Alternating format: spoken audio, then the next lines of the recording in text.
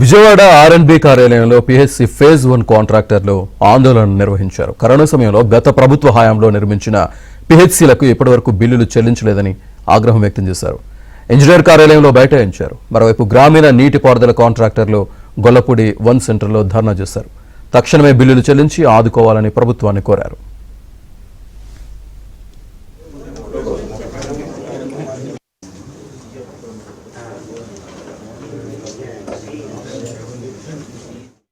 పిహెచ్సిలు primary health centre phase 1లో వర్కులు 2023లో complete అయిపోయినాయి.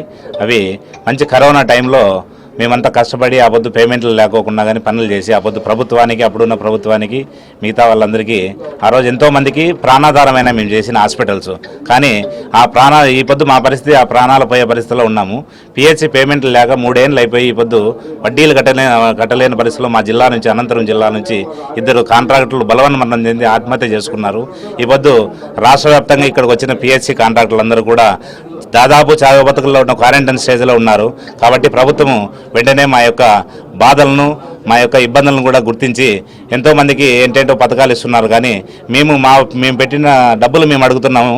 దానికోసం కానీ ఇప్పుడు ఇక్కడికి వచ్చి సిఈ గారు ఈఎన్సీ గారి దగ్గర వచ్చి మొత్తం పిహెచ్సి కాంట్రాక్టులందరూ కూడా పేమెంట్ల కోసమని అడిగే పరిస్థితిలో ఉన్నాము.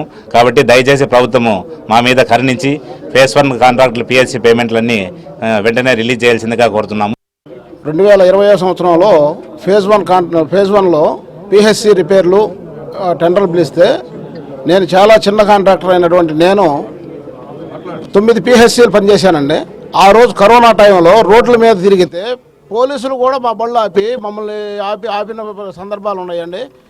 ఇసుక దొరకని పరిస్థితి, లేబర్ దొరకని పరిస్థితిలో జనానికి ఉపయోగపడే విధంగా ప్రజలకు ఉపయోగపడే విధంగా కరోనా టైంలో వాళ్ళకు ఉపయోగపడే విధంగా మేము పనులు చేసి ఇవాళ మేము కరోనాలతో మా పిల్లల్ని, మా భార్యల్ని, మా ఫ్యామిలీతో కూడా సఫర్ అయిన పరిస్థితులను కూడా మేము ఆ రోజు బాధపడలేదు. 3 సంవత్సరాల నుంచి పేమెంట్లు లేక నానా ఇబ్బందులు పడుతున్నా కానీ అధికారులకి అనేక సార్లు విన్నవించుకున్నా కానీ వాళ్ళు ఎటువంటి రెస్పాన్స్ లేకోకుండా ఉన్న పరిస్థితుల్లో ఇవాళ అందరూ స్టేట్ వైజ్గా వచ్చి ఈఎన్సీ గారికి రిప్రజెంటేషన్ ఇవ్వడం జరిగింది.